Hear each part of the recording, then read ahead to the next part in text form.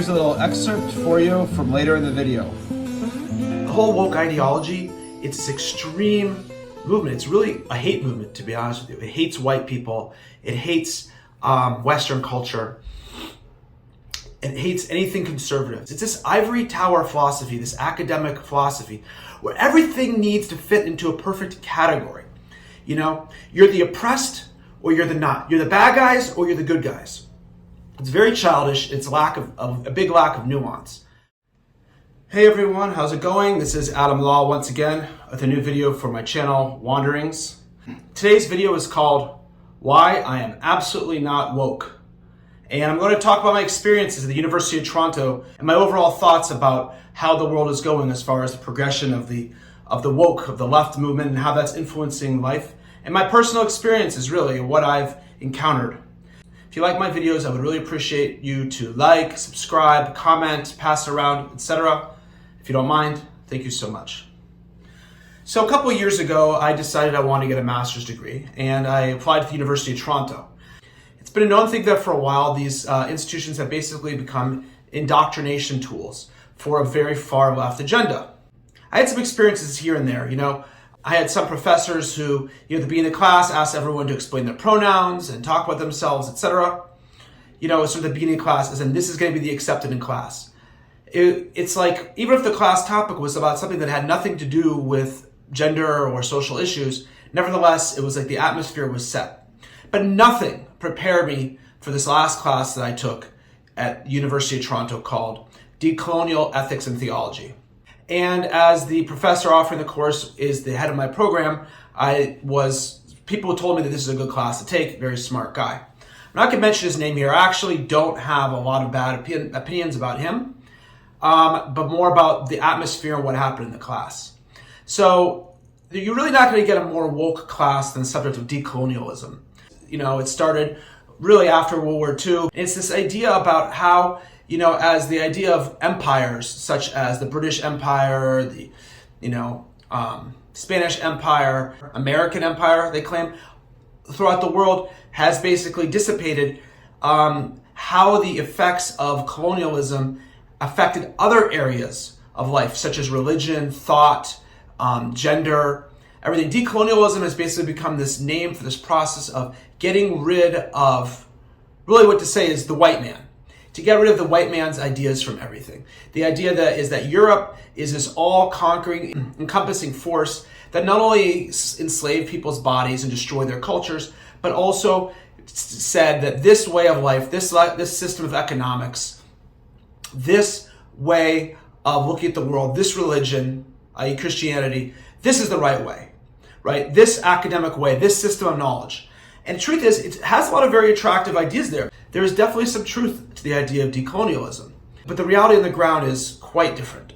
Meaning is, it ends, from what I've seen from among this crowd, the decolonial, the woke crowd, I've seen really an absolute bunch of reverse racism. And I don't think that's a surprise to most people.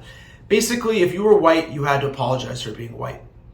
Now, in our class, we broke up into small groups at the beginning of the class because we had these after hours talk sessions. And, I'm Jewish, obviously, and there was a Buddhist in the group, but there was a white person in the group, a Christian, and she felt like she had to apologize right away for being white and for being Christian. And I asked her, I said, well, why do you have to apologize? And she said, well, it's not so, cool or acceptable. And I said, I was thinking, how is this not racism? How is it not racism for someone just by being white and being, part of the tradition that they're from, that they're automatically the bad guy? How is that different from any of the racism that these people are claiming has been done to them, right? So one of the big problems of the course in general related to this is that what is good, the true definition of suffering, always revolves in the woke philosophy around being brown. It's very shallow. There is no doubt in my mind that being black or brown has had a lot of suffering in the last number of 100 years. And I am sympathetic to this suffering. The things that were done to Africans, the things that were done to the indigenous in the Americas, other places, absolutely horrific. Now, I'm Jewish, and I've never considered myself white, ever. But in the eyes of brown people, we especially because we have a certain privilege in North America, meaning as Jews are doing well, we're always viewed as in the category of white people. And really, I saw this a lot. This actually is quite a bit about what happened with Whoopi Goldberg. Don't think what Whoopi said was so bad because, again, in the eyes of black people, Jews seem like whites because we have the ability to navigate through society. We can pass.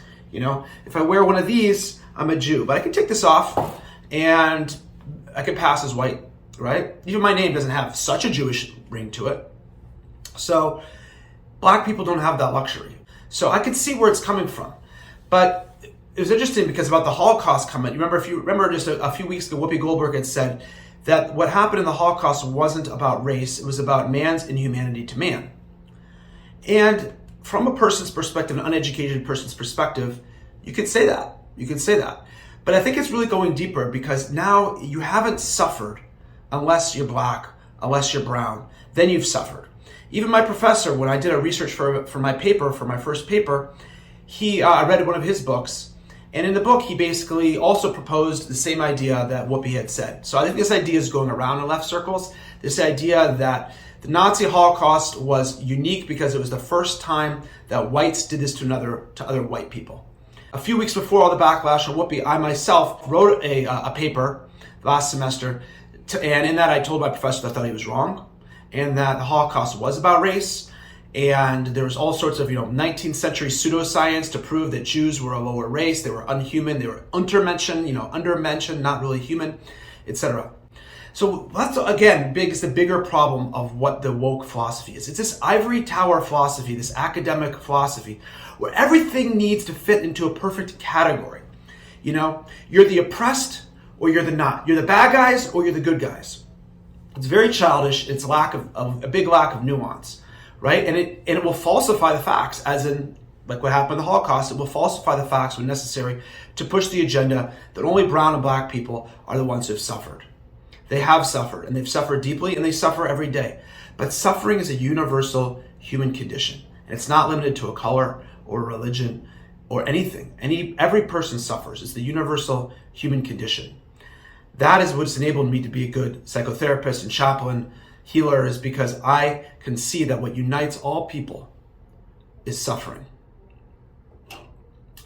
Another instance of this intersectionality problem that's there. Basically, the idea of intersectionality is this idea that all the people who have suffered have to sort of band together because they have that in common against the oppressor, right? And it's not very nuanced, right? It's not very nuanced. I remember hearing a number of years ago that there was a pride march in Chicago, and a bunch of Jewish lesbians went to this march, and they were marching, and they had Israel flags there, and they were kicked out. Even though it had nothing to do with Israel, the march, because it was a pride march, these lesbians were kicked out because they were pro-Israel. Like, you can't be gay and also pro-Israel. It's like there's no such thing in this. There's no nuance here.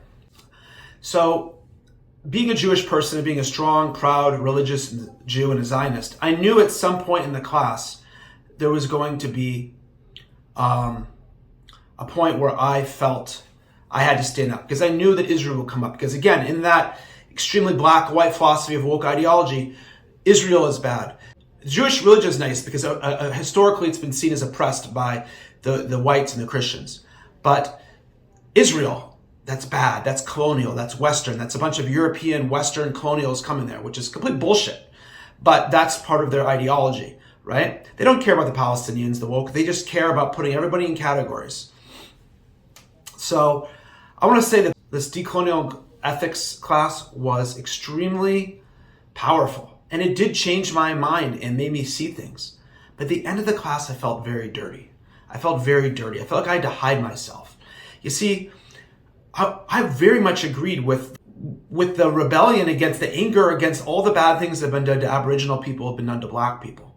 But during the class, this whole thesis had been built that everything white and everything European is bad and evil and it all needs to be overthrown. The ironic thing is that most people in the class were Christians. This was actually a class at Emmanuel College. And most woke people are anti-Christian too, but these people couldn't have that. They were Christians. They were kind of sort of living this dualism of, yeah, we're Christians, but we're also woke. And not seeing that Christianity probably was, one of the biggest factors in colonialism, in slavery, in racism, in the destruction of the West, and certainly the destruction of my people, the Jewish people, over thousands of years, right? Christianity probably being the main philosophy behind all of that. So I felt very dirty during this class, you know? It was energetic, it was exciting, but I felt very dirty afterwards. And afterwards, I really had to take a break from taking this course because I kind of felt like I was always on edge. I always had to be something. A few things that really bothered me about the woke mob was there was absolutely no room for questioning anything of what the professor and what this, you know, kahal of woke fanatics were about. A lot of them were individually very nice people, but it was like the whole class was just building up this crescendo of more and more how whites and colonialism had destroyed everything and it was bad and it was this and that and that. There were never any answers. There was never any trying to look in the depth of things. It was just this social construct they built up over and over and over again, right? They never looked into anything deep, like the biological reasons for things, the fact that people are tribal, that we have these natures, these animalistic natures, and that the things that happened were horrible things, but they happen all over the world. Japanese people did that in the Japanese Empire. Aboriginals did it to other Aboriginals, right? It happened to be that white people did what they did, and it was horrible. And as a Jew, I'm certainly, my people were a big victim of that. But we have to look at the deeper human experiences behind things. But in this class, there was no room for questioning, none whatsoever. At the beginning of the class, I had some genuine questions. I had some real questions, and I was shot down immediately and attacked for those questions. And I actually was just there to learn. It was just there to learn. It was this cancel culture, this mob went for me. And I had to conform. And so I was always on edge every class. I felt more and more uncomfortable. And when it was all done, I felt very, very dirty. As I said, I felt very dirty. So finally, by the second to last class, my fears actualized. The class before that, I had done a class about colonialism and Israel and the Jewish people, about how Jews were victims of, you know, European Christianity and European culture, culminating with the Holocaust. And I explained how Zionism was not a colonial movement, but was actually a reaction to anti-Semitism. The Jews saw the writing on the wall and said, let's get the hell out of this place. And that's where Zionism came from. So the next class, this African-American guy, he did his presentation. His presentation was absolutely pathetic. In his presentation, first of all, he played a video. He really didn't do any work, first of all, but he played a video where he showed basically these white people going up to these black people at a restaurant who were really loud. And the black people just totally told them off. And that was his whole presentation, just some clip about these black people telling some white people off. Yeah, the white people were obnoxious. But it was so clear there was just this hatred in this guy's presentation. And he sounded like Louis Farrakhan, this guy. He was like just attacking Zionism and everything, and Zionism is the epitome of evil, and he just brought down a bunch of lies. Now, there's a lot of controversial ideas about Israel and Zionism, but this guy actually brought things that were like literally lies, like saying like Jews are killing Jews in Israel and all this stuff like that, and white Europeans came in there and hurt Jews, and it just ridiculous stuff, totally unlearned, unintellectual, unnuanced material whatsoever.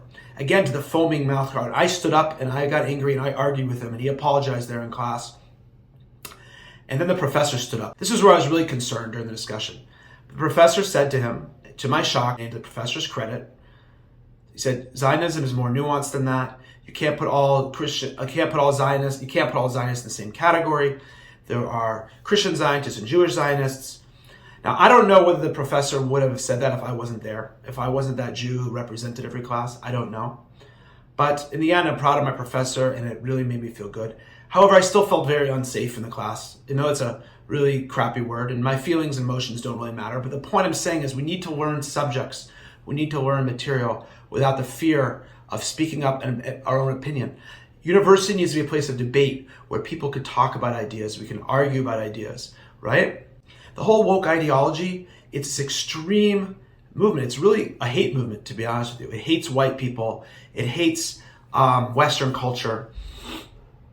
It hates anything conservative. If you're part of that crowd, and they have this whole lying culture behind it of channels like CNN, MSNBC, and different media outlets, and the media in general behind it. It's just really become terrible.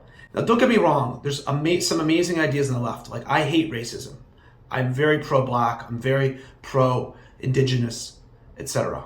But how can I be pro Black Lives Matter when Black Lives Matter is anti-Israel? There's no nuance. There's no nuance. Stand for a cause and stand for that cause. I'm not going to abandon my own people to support you for Black Lives Matter, though I will always support Black people in their cause for justice. I'm not going to support a movement which hates my people in Israel. I'm not going to do that, right? There needs to be more nuance. The left is important for its fights. We must always have the left.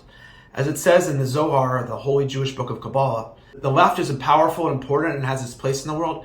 However, when left unchecked, it will destroy the world. It must be included within the right. We need the left. We need the ideas, new ideas to be forming, right?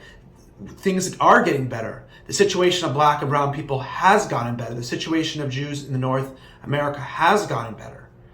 But those ideas need to be included within the right, meaning is the right, the traditions of thousands of years of Western and Eastern and all sorts of traditions, those have thousands of years of proven history and tested by the wisest people in the world. We can't just abandon those for the left. Otherwise, the world becomes a place of hatred, of communism, of destruction, right? We must balance the ideas of the left and include them with the stronger, proven, tested ideas of the right, right? These ideas can't change things. For instance, the pronouns, that we all have to go around announcing our pronouns. No person, whatever religion, culture, gender, whatever they are, should be oppressed. But I don't like how people going around saying, like, I was in Home Depot the other day and it said, we are now asking, our employees to put their pronouns on their badges. And it's like, I feel like this person is just a sheep, right? Don't hate people, accept people, love people for wherever they are, whether they're left or they're right, they're gay, they're straight, that's fine. But don't force others to conform to your ideas or be canceled, right? We need to have a discussion among people with ideas. And when I see someone who wears the pronouns, to me, I feel that like it's just too much, it's just too quick. It's just, we don't need to change the whole culture around for people, right? I'm a Jew. I was watching a Phoenix Suns game with my son. And it was Hanukkah time, and Christmas was a few weeks away. And then in the Suns game at halftime, they had this, Christmas song and all this religious stuff. I mean, really religious talk, not just like a sweet Christmas song. And I'm thinking, it's Hanukkah. It's Hanukkah right now. Why not have a Hanukkah song, right? But they didn't.